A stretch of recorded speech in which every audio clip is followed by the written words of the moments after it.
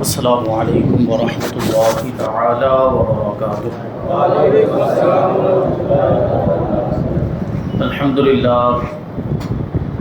للہ رب العالمین والعاقبۃ للمتقین والصلاۃ والسلام علی سید الانبیاء والمرسلین وعلی آلہ واصحابہ اجمعین، اما بعد، فاعوذ باللہ من الشیطان الرجیم، بسم اللہ الرحمن الرحیم۔ الا ان اولیاء اللہ لا خوف علیہم ولا هم يحزنون، صدق اللہ مولانا العظیم وصدق رسولہ النبی الامین البطیل الکریم۔ آئیے ہم اور آپ سب سے پہلے حضور سرور کائنات، فخر موجودات، باعث تخلیق کائنات، احمد مجتبی محمد مصطفیٰ صلی اللہ علیہ وسلم کی مقدس بارگاہ میں درود و سلام کا ہدیہ پیش کریں اور پڑھیں اللہم صلی علی سیدنا و مولانا محمد معدن الجود والکرم وآلہ الکرام وابنہ الکریم وبارک وسلم، صلاۃ و سلام علیک یا رسول اللہ صلی اللہ تعالی علیہ وسلم۔ عزیزان ملت اسلامیہ، آج اسلامی مہینے جمادی الاولیٰ کی 16ویں تاریخ ہے اور اسی مہینے کی 22 تاریخ کو سلطان الاولیاء سیدنا امام احمد کبیر رفاعی رحمۃ اللہ تعالی علیہ کا عرس آتا ہے۔ اسی مناسبت سے آج ہم انشاءاللہ تبارک و تعالیٰ ان کا تذکرہ کریں گے، اور یہ بات پہلے بھی کئی بار عرض کی جا چکی ہے کہ ہم بزرگوں کا تذکرہ کیوں کرتے ہیں، ہم اولیاء کرام کا تذکرہ کیوں کرتے ہیں، ہم اللہ کے محبوب بندوں کا تذکرہ اس لیے کرتے ہیں کہ ان کی زندگی کامیاب ہوتی ہے، ان کی زندگی کے حالات کو سن کر، ان کی سیرت کو سن کر ہم اپنی زندگی کو بدلنے کی کوشش کریں، اس سے کچھ عبرت حاصل کریں، سبق حاصل کریں، اپنی اصلاح کریں، اپنے اعمال کو سدھاریں، کیونکہ اللہ والے ہمیشہ اللہ کو راضی کرنے کی کوشش کرتے، تو ہم بھی ان کی زندگی سے سیکھتے ہوئے، سبق حاصل کرتے ہوئے اللہ کو راضی کرنے کی کوشش کریں۔ یہ مقصد ہوتا ہے اللہ والوں کی زندگی کے حالات بیان کرنے کا۔ امام رفاعی رحمۃ اللہ تعالی علیہ کے تعلق سے علامہ تعدنی تحریر فرماتے ہیں کہ امام رفاعی رحمۃ اللہ تعالی علیہ اپنے زمانے کے مشہور اولیاء کرام میں شمار ہوتے، اللہ کے برگزیدہ بندے، بڑی شان کے بزرگ ہوئے ہیں اور بہت ہی بلند و بالا مقام، اور آپ کے احوال، آپ کے حالات بہت زیادہ مشہور۔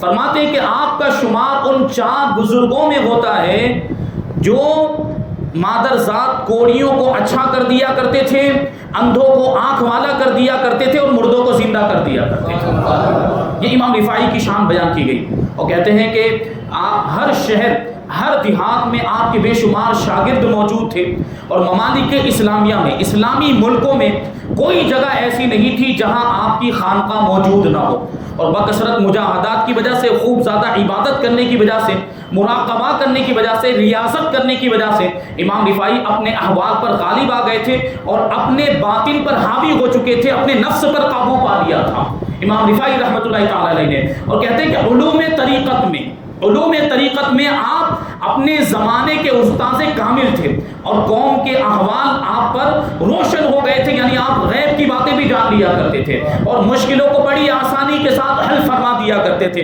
کوئی اگر مشکل مسئلہ لے کر آپ کی بارگاہ میں آتا، کوئی شخص کوئی الجھن لے کر، کسی مصیبت کی شکایت لے کر آپ کی بارگاہ میں آتا، تو بڑی آسانی کے ساتھ وہ ساری مشکلوں کو، مصیبتوں کو آپ دور فرما دیا کرتے تھے، مشکلوں کو حل فرما دیا کرتے تھے۔ یہ امام رفاعی رحمۃ اللہ تعالی علیہ کی شان اور تواضع و انکساری میں آپ کا مقام بہت ہی بلند و بالا تھا۔ صوفیہ کرام میں آپ کو ایسی شان حاصل ہوئی جو محتاج تعارف نہیں ہے، آپ بڑے ہی متواضع تھے، وسیع القلب تھے، دل بہت بڑا تھا، اور آپ دنیا سے ایسے خالی ہاتھ گئے کہ کوئی بھی چیز آپ نے اپنے لیے جمع کر کے نہیں رکھی تھی، کچھ بھی نہیں تھا جب آپ کا انتقال ہوا تو۔ اور امام رفاعی رحمۃ اللہ تعالی علیہ کے تعلق سے حضرت علامہ ابن جوزی کے صاحبزادے شیخ شمس الدین اپنی تاریخ میں لکھتے ہیں کہ ابو العباس سید احمد کبیر رفاعی رحمۃ اللہ تعالی علیہ ام عبیدہ میں مقیم تھے، ام عبیدہ میں رہا کرتے تھے، جہاں پر بے شمار کرامتوں کا ظہور آپ کی ذات بابرکات سے ہوا، بلکہ آپ کے اصحاب کا معاملہ یہ تھا، آپ کے مریدین کا حال یہ تھا، ایسے بلند و بالا مقامات پر آپ کے مریدین فائز تھے کہ درندوں پر سوار ہوتے، شیر چیتے وغیرہ پر سوار ہوتے تھے اور سانپوں کو گھوڑے کے طور پر اپنے ہاتھ میں رکھا کرتے تھے۔ یہ آپ کے مریدین کا حال ہے۔ جب مریدین کے مقامات ایسے ہیں، جب مریدین کے مرتبے ایسے ہیں، تو پیر کا مقام و مرتبہ کیسا ہوگا؟ پیر کے مقام و مرتبے کا ہم کیسے اندازہ لگا سکتے ہیں؟ یہ سید احمد کبیر رفاعی رحمۃ اللہ تعالی علیہ کے حالات ہیں۔ آپ کے مریدین کے بارے میں یہ بھی بیان کرتے ہیں کہ بعض مریدین کا حال تو یہ تھا کہ وہ بلند و بالا درختوں پر چڑھ جاتے تھے اور وہاں سے کود جاتے تھے، اونچے درختوں سے کود جاتے تھے۔ اتنی اونچائی سے کودنے کے باوجود یہ امام رفاعی کی برکت سی کہ ان کو کوئی نقصان نہیں پہنچتا تھا، ان کو کوئی نقصان نہیں پہنچتا تھا۔ یہ امام رفاعی رحمۃ اللہ تعالی علیہ اپنے مریدین کا کیسا خیال رکھتے۔ ایک مرتبہ ایک شخص ایک جنگل کے بزرگ کے پاس حاضر ہوا، ان کی خدمت میں حاضر ہوا، ملاقات کی، پھر واپس چلا گیا۔ تو وہ جنگل کے جو بزرگ تھے وہ حاضرین سے کہنے لگے کہ اس شخص کی پیشانی پر میں نے لکھا ہوا دیکھا کہ یہ شقی اور بدبخت ہے، یعنی اللہ کی رحمت سے محروم ہے، اس کا نصیبہ صحیح نہیں ہے۔ تو وہ چلا گیا۔ پھر کہتے ہیں کہ وہ اس کے بعد سیدنا احمد کبیر رفاعی رحمۃ اللہ تعالی علیہ کی بارگاہ میں حاضر ہوا۔ تو سیدنا احمد کبیر رفاعی رحمۃ اللہ تعالی علیہ نے اس کو اپنا خرقہ عطا فرمایا، مرید بنا دیا۔ اب پھر سے دوبارہ وہ جنگل کے بزرگ کی زیارت کے لیے گیا، جنگل کے بزرگ کی بارگاہ میں حاضر ہوا۔ اب کی مرتبہ پھر سے وہ جنگل کے جو بزرگ تھے انہوں نے اس کی پیشانی پر دیکھا، تو حاضرین سے کہنے لگے کہ میں نے دیکھا اس کی پیشانی پر پہلے شقاوت اور بدبختی کی سطر لکھی ہوئی تھی، سیدنا احمد کبیر رفاعی کی برکت سے وہ بدبختی اور شقاوت کی سطر یعنی لائن مٹا دی گئی اور اس کی جگہ پر سعادت اور نیک بختی کی سطر لکھ دی گئی ہے۔ یہ امام رفاعی کی صحبت کی برکت ہے، یہ امام رفاعی کی نسبت کی برکت ہے کہ جو بندہ پہلے شقی تھا، جو پہلے بدبخت تھا، جو اللہ کی رحمت سے محروم تھا، وہ اب نیک بخت ہو گیا، وہ سعادت مند ہو گیا اور اللہ کی رحمت کا حقدار بن گیا۔ ایک مرتبہ ایک شخص آیا، دیکھیں امام رفاعی اللہ کے ولیوں کا حال کیا ہوتا ہے، وہ کیسا ریاضت اور مجاہدہ کیا کرتے ہیں، ان کی شان یہ ایسی کہ دنیا کی چیزوں سے بے نیاز، دنیا کھانے پینے سے بھی ان کو کوئی مطلب نہیں ہوتا، کھانے پینے سے بھی بے نیاز ہوا کرتے ہیں کیونکہ ان کو روحانی غذا ملتی ہے، اور جس کو روحانی غذا ملتی ہے اس کو پھر دنیا کے کھانے پینے کی ضرورت نہیں پڑتی۔ ایک شخص آیا تو اس کے سامنے کھانا پیش کیا گیا، تو سیدنا احمد کبیر رفاعی کی بارگاہ میں تو کھانا دیکھنے کے بعد وہ کہنے لگا کہ ابھی ہمارے کھانے کا وقت نہیں ہے، جب میرا کھانے کا وقت آئے گا تب میں کھاؤں گا۔ تو امام رفاعی نے اس سے پوچھا کہ تمہارا کھانے کا وقت کب ہوتا ہے؟ تو اس نے کہا مغرب کے بعد۔ جب مغرب کا وقت آیا، مغرب کے بعد پھر سے اس کے سامنے کھانا پیش کیا گیا، تو اس نے امام رفاعی کو بھی کھانے کے لیے بلایا کہ آئیے آپ بھی ہمارے ساتھ کھانا کھائیے۔ تو امام رفاعی نے اس وقت ارشاد فرمایا کہ ہمارا جب کھانے کا وقت آئے گا تب ہم کھائیں گے۔ تو اب وہ پوچھ رہا ہے، آنے والا شخص پوچھتا ہے کہ آپ کا کھانے کا وقت کب آئے گا؟ تو امام رفاعی فرماتے کہ 6 مہینے کے بعد۔ کیا مطلب ہوا کہ 6 مہینے میں ایک مرتبہ کھانا تناول فرمایا کرتے تھے، 6 مہینے میں ایک مرتبہ۔ یہ شان ہے امام رفاعی رحمۃ اللہ تعالی علیہ کی، اور غوث پاک رضی اللہ تعالیٰ عنہ سے بھی بڑی محبت فرماتے تھے۔ غوث پاک رضی اللہ تعالیٰ عنہ کا بڑا ادب و احترام کرتے تھے، اپنے مریدین کی، اپنے معتقدین کی محفلوں میں غوث پاک رضی اللہ تعالیٰ عنہ کی تعریف و توصیف کیا کرتے تھے، اور اپنے مریدین کو غوث پاک رضی اللہ تعالیٰ عنہ کی تعظیم اور توقیر کی تلقین بھی فرمایا کرتے تھے۔ ایک مرتبہ ایک مرید حاضر ہوا رخصت ہونے کے لیے، رخصت کی اجازت لینے کے لیے، وہ بغداد شریف جا رہا تھا۔ بغداد شریف غوث پاک رضی اللہ تعالیٰ عنہ کا شہر ہے، تو اس نے اجازت طلب کی کہ حضور میں بغداد جا رہا ہوں، اجازت عطا فرمائے۔ غوث پاک رضی اللہ تعالیٰ عنہ کا شہر، جیسے ہی بغداد کا نام سنا، امام رفاعی رحمۃ اللہ تعالی علیہ فرماتے کہ جب تم بغداد میں داخل ہو اور تمہیں پتہ چلے کہ سیدنا شیخ عبد القادر جیلانی باحیات ہیں، تو ان کی زیارت پر کسی بھی چیز کو مقدم نہ کرنا، یعنی سب سے پہلے جا کر ان کی ملاقات کرنا، اور اگر تمہیں پتہ چلے کہ ان کا وصال ہو چکا ہے تو سب سے پہلے ان کے مزار پر حاضری دینا، پھر کوئی دوسرا کام کرنا، کیونکہ یہ غوث پاک رضی اللہ تعالیٰ عنہ سے یہ وعدہ لیا گیا ہے، ایما رجل من اصحاب الاحوال دخل بغداد ولم یزرہ صلب حالہ، کہ اصحاب حال میں سے یعنی حال والے اولیاء کرام میں سے جو شخص بھی بغداد میں داخل ہو اور غوث پاک رضی اللہ تعالیٰ عنہ کی زیارت نہ کرے سے اس کا حال سلب کر لیا جاتا ہے، اس کی ولایت چھین لی جاتی ہے۔ یہ غوث پاک رضی اللہ تعالیٰ عنہ کی شان۔ تو غوث پاک سے ایسی محبت بھی تھی امام رفاعی کو، غوث پاک کا ادب و احترام بھی کرتے تھے، غوث پاک رضی اللہ تعالیٰ عنہ کی تعریف و توصیف کیا بھی کرتے، اور غوث پاک رضی اللہ تعالیٰ عنہ کی تعریف و توصیف کو پسند بھی کیا کرتے تھے۔ بہجت الاسرار شریف کے اندر ایک واقعہ لکھا ہے کہ ایک مرتبہ حضرت شیخ ابو عبداللہ بطائحی رحمۃ اللہ تعالیٰ، وہ کہتے ہیں کہ میں امام رفاعی کی بارگاہ میں حاضر ہوا ام عبیدہ، اور آپ کی خانقاہ میں ایک عرصے تک رہا، ایک وقت تک میں وہاں پر ٹھہرا رہا۔ اسی درمیان میں ایک مرتبہ امام رفاعی رحمۃ اللہ تعالیٰ نے مجھ سے ارشاد فرمایا، یعنی شیخ ابو عبداللہ کہتے ہیں کہ امام رفاعی نے مجھ سے فرمایا کہ شیخ عبد القادر جیلانی کے مناقب بیان کرو، یعنی شیخ عبد القادر جیلانی کی خوبیاں بیان کرو، ان کی فضیلتیں بیان کرو۔ میں نے بیان کرنا شروع کر دیا، ابھی میں بیان کر ہی رہا تھا، کچھ بیان کیا تھا کہ اسی درمیان ایک شخص آیا اور اس نے مجھے روک دیا اور کہا کہ یہ مناقب بیان کرنا بند کر دو، غوث پاک رضی اللہ تعالیٰ عنہ کے مناقب بیان کرنا بند کر دو، اس کو چھوڑ دو، کیونکہ اس کے علاوہ ہمارے پاس اور بھی مناقب ہے۔ اس کا اشارہ تھا سید احمد کبیر رفاعی رحمۃ اللہ تعالیٰ علیہ کی طرف، یعنی وہ یہ کہنا چاہتا تھا آنے والا شخص کہ غوث پاک رضی اللہ تعالیٰ عنہ کے مناقب بیان نہ کرو، سید احمد کبیر رفاعی کے مناقب بیان کرو۔ اتنا کہنا تھا کہ امام رفاعی نے اس کو غصے سے دیکھا، ایک نظر غصے سے ناراض ہو کر اس پر ڈالی، نظر کا ڈالنا تھا کہ اسی وقت شیخ کے سامنے ہی وہ بے ہوش ہو کر گر گیا اور اس کی جان نکل گئی۔ غوث پاک رضی اللہ تعالیٰ عنہ کے مناقب سے روکا تھا۔ اس کے بعد امام رفاعی رحمۃ اللہ تعالیٰ علیہ فرماتے ہیں کہ کون ہے جس کے اندر غوث پاک رضی اللہ تعالیٰ عنہ کے مناقب بیان کرنے کی طاقت ہو، اور کون ہے جو غوث پاک رضی اللہ تعالیٰ عنہ کے درجے تک، آپ کے مقام و مرتبے تک پہنچ سکتا ہے۔ پھر جو جملہ ارشاد فرمایا، بڑا تاریخی جملہ غوث پاک رضی اللہ تعالیٰ عنہ کے بارے میں امام رفاعی نے ارشاد فرمایا، کہتے ہیں کہ ذالک رجل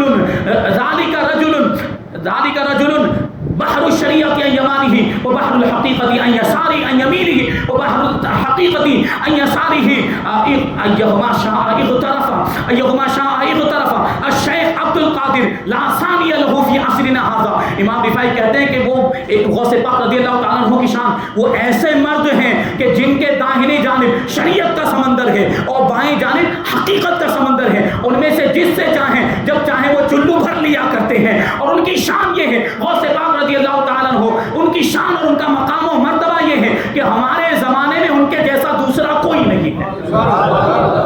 یہ خود امام رفاعی رحمۃ اللہ تعالیٰ نے غوث پاک رضی اللہ تعالیٰ عنہ کی شان بیان کی۔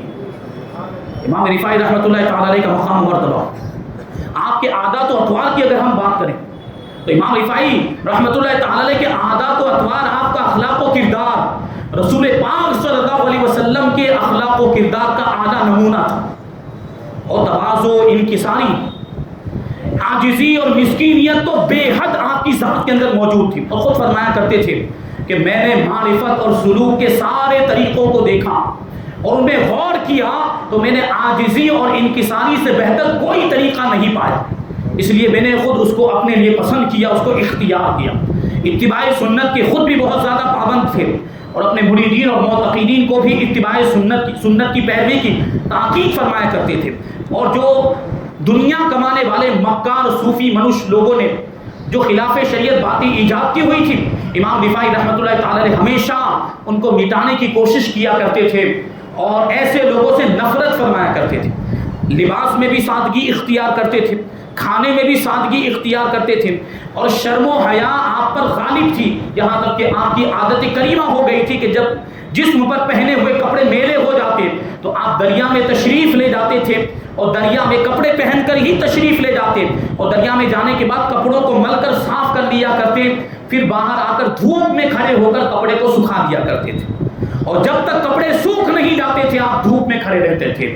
یہ واقعہ بیان کیا گیا۔ اس کی ایک وجہ تو یہ بیان کی ہے کہ شرم و حیا کی وجہ سے کپڑا نہیں اتارتے تھے، اور دوسری ایک وجہ یہ بیان کی گئی کہ آپ کے پاس ایک ہی لباس تھا، دوسرا لباس ہی نہیں تھا کہ جس کو تبدیل کر کے وہ میلا لباس صاف کرتے۔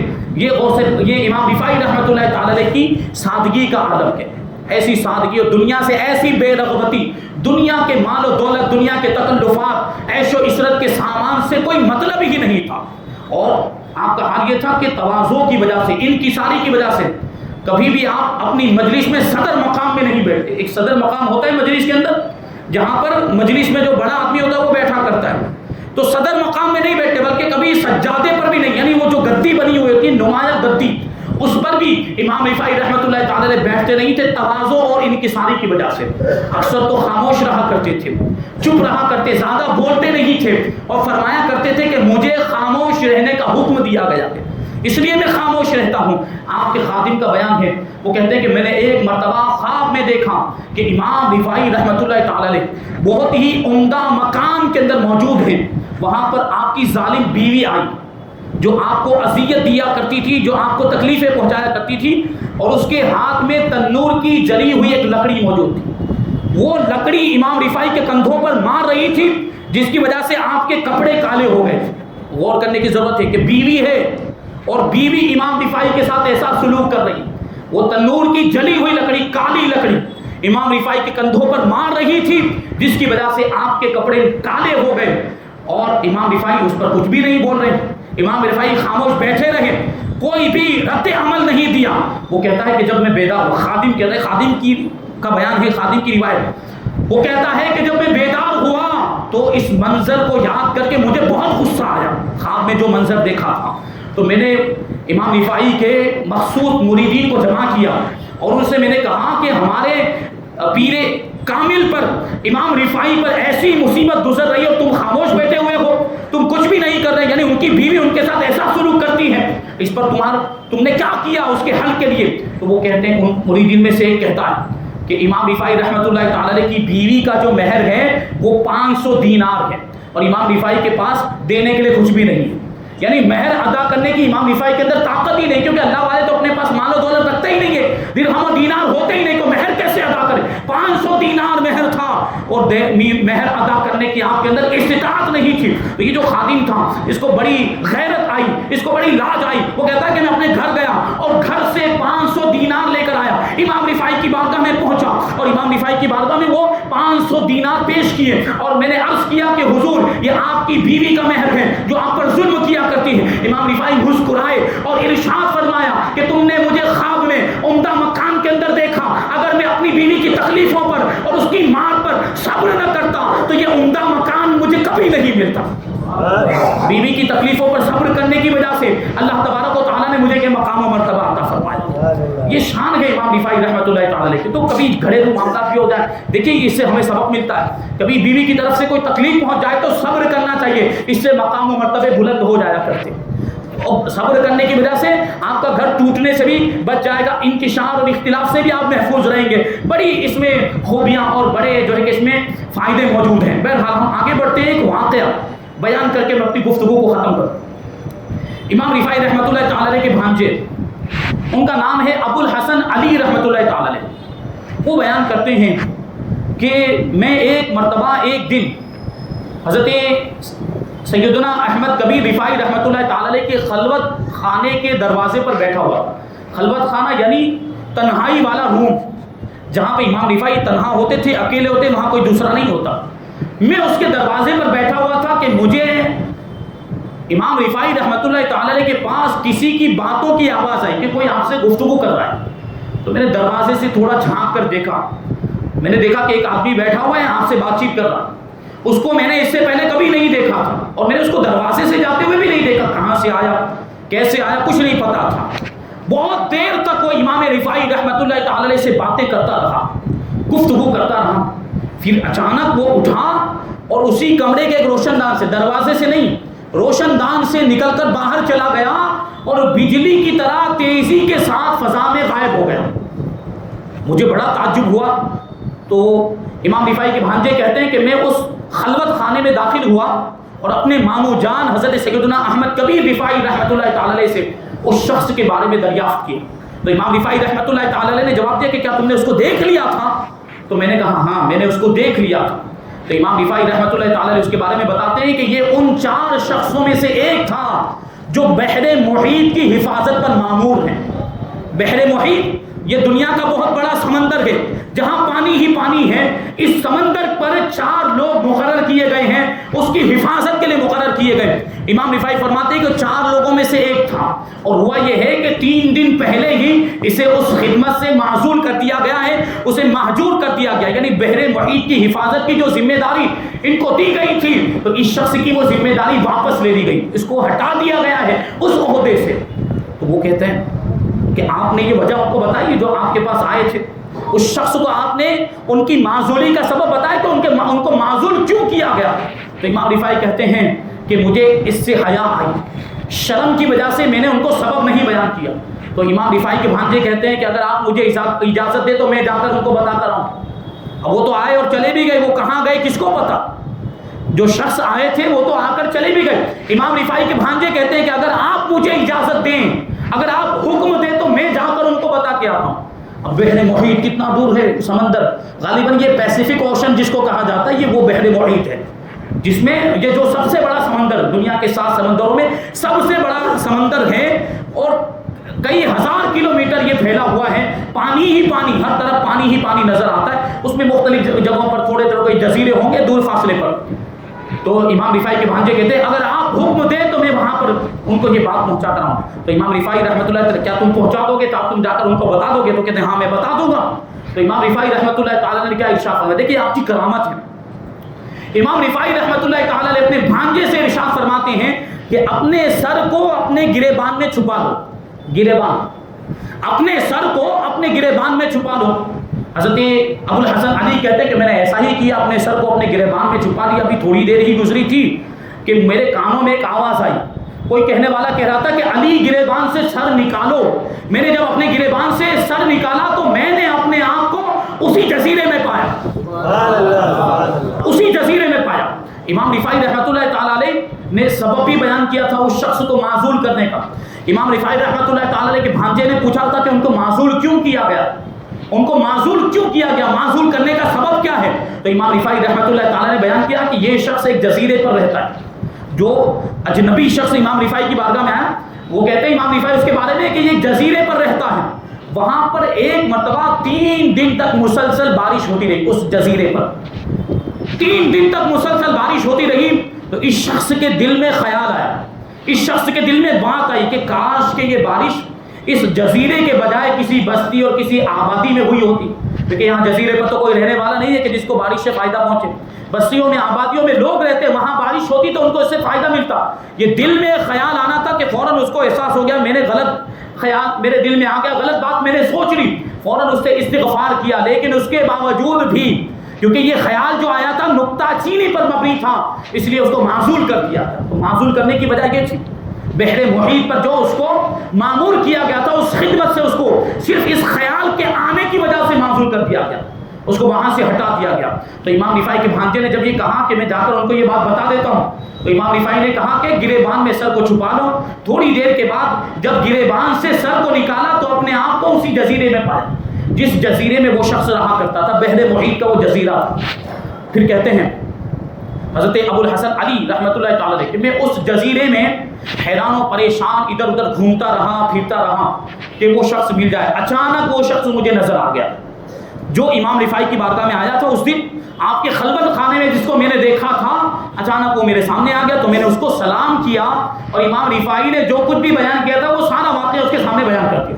اس کو ابھی تک خود بھی پتہ نہیں تھا کہ اس کو کیوں معزول کیا گیا، اس خدمت سے اس کو کیوں ہٹا دیا گیا۔ تو امام رفاعی نے بتایا، امام رفاعی نے اس کا سبب بتایا کہ اس کو کیوں معزول کیا گیا۔ تو آپ کے بھانجے نے جا کر وہ بات اس تک پہنچائی کہ آپ نے ایک مرتبہ اپنے دل میں یہ خیال لایا، آپ یہ خیال لائے تھے، آپ کے دل میں یہ بات آئی تھی کہ یہ بارش جزیرے پر کیوں برس رہی ہے، یہ بارش کو تو کہیں بستی میں برسنا چاہیے، کسی آبادی میں بارش کو برسنا چاہیے۔ یہ اللہ پر اعتراض تھا، اللہ کی مشیت پر اعتراض تھا، اس وجہ سے آپ کو اس خدمت سے معزول کر دیا گیا۔ اب وہ شخص کیا کہتا ہے؟ اب وہ شخص امام رفاعی کے بھانجے سے کہتا ہے کہ میں تمہیں قسم دے کر کہتا ہوں میں جو کچھ بھی کہوں تم وہی کرنا۔ تو انہوں نے وعدہ کیا کہ آپ جو کہیں گے میں ویسا ہی کروں گا۔ تو اس شخص نے کہا، جزیرے پر رہنے والے شخص نے کہا کہ یہ میرا یہ خرقہ، میرا یہ جبہ میرے گلے میں ڈال دو، میری گردن میں ڈال دو، پھر اسے پکڑ کر مجھے زمین پر گھسیٹو اور یہ کہو کہ اللہ کی مشیت پر اعتراض کرنے والے کی یہی سزا ہے۔ اللہ کی مشیت پر اعتراض کرنے والے کی یہی سزا. ہم آپ غور کریں کیسے کیسے جملے ہم کبھی بھی بول دیتے کہ بارش ہوتی ہے تو اللہ کی پناہ. ابھی میرے پاس ایک ایسا جملہ آیا کہ ابھی جو بارش ہوئی تھی کچھ دن پہلے پچھلے اتوار کو, اس میں کسی شخص نے ایسا بول دیا ہوگا کہ یہ بارش کو بھی ابھی برسنا تھا, یہ اللہ کو بارش ابھی برسانی, یہ اللہ کی ذات پر اعتراض. یہ اللہ کی سنبھل کر بولا کریں, الفاظ بہت ہی سنبھال کر نکالے اپنی زبان سے. دیکھیں وہ ان کے ساتھ کیا معاملہ ہوا, صرف دل میں خیال آیا تھا, بھی زبان سے بولے بھی نہیں تھے کہ اللہ تبارک و تعالیٰ کو یہ بارش کہیں اور پر برسانی چاہیے تھی. اللہ تبارک و تعالیٰ سے بہتر کیا حکمتوں کا جاننے والا کوئی اور ہے؟ اس کا کوئی بھی کام حکمت سے خالی نہیں ہو سکتا. ہم کو اللہ پر اعتراض کرنے کا کوئی حق نہیں. ہم کون ہوتے ہیں اللہ کی مشیت پر سوال اٹھانے والے؟ ہماری کوئی اوقات نہیں ہے, ہماری کوئی حیثیت نہیں ہے پروردگار کی ذات کے سامنے. تو انہوں نے یہ کہا تو کہتے ہیں کہ مجھے گھسیٹو اور یہ کہتے ہوئے جاؤ کہ اللہ کی مشیت پر اعتراض کرنے والے کی یہی سزا. تو امام رفاعی کے بھانجے کہتے ہیں میں نے ایسا ہی کیا, ان کی گردن میں ان کا جبہ ڈالا اور ان کے کہنے کے مطابق میں نے ان کو گھسیٹنے کا ارادہ کیا. ابھی زمین پر میں ان کو گھسیٹنا ہی چاہتا تھا کہ اچانک غیب سے آواز آئی, کوئی کہنے والا کہہ رہا تھا کہ اس شخص کو چھوڑ دو کیونکہ آسمان کے فرشتے اس کے لیے رو رہے ہیں, آسمان کے فرشتے اس کے لیے رو رہے ہیں اور اب اللہ تبارک و تعالیٰ اس سے راضی ہو گیا ہے. تو وہ کہتے ہیں کہ یہ آواز جیسے ہی میرے کانوں میں پڑی میں بے ہوش ہو گیا, اور جب مجھے ہوش آیا تو میں نے اپنے آپ کو اپنے ماموں جان امام رفاعی کی بارگاہ میں پایا. اب میں کیسے وہاں گیا تھا, وہاں سے کیسے واپس آیا, مجھے کچھ نہیں پتا. یہ امام رفاعی کی کرامت تھی. امام رفاعی رحمۃ اللہ تعالی نے پلک جھپکتے ان کو اس جزیرے پر پہنچا دیا اور پھر وہاں سے واپس بھی لے کر آ گئے. یہ امام رفاعی رحمۃ اللہ تعالی کی شان ہے. اور بھی بہت ساری باتیں ہیں جو بیان کی جا سکتی ہیں, انشاءاللہ پھر کبھی کسی موقع پر ہم بیان کریں گے. اللہ تبارک و تعالیٰ کی بارگاہ میں دعا ہے کہ جو کچھ بھی بیان ہوا اس پر ہم سب کو عمل کرنے کی توفیق عطا فرمائے. اولیاء کرام کے دامن سے وابستہ رہنے اور ان کے نقش قدم پر ہم سب کو چلنے کی توفیق عطا فرمائے. اہل سنت و جماعت مذہب اہل سنت و جماعت مسلک اعلیٰ حضرت پر ہم سب کو قائم و دائم رکھے اور اسی پر ہم سب کا خاتمہ فرمائے. وما علینا الا البلاغ. اب سنت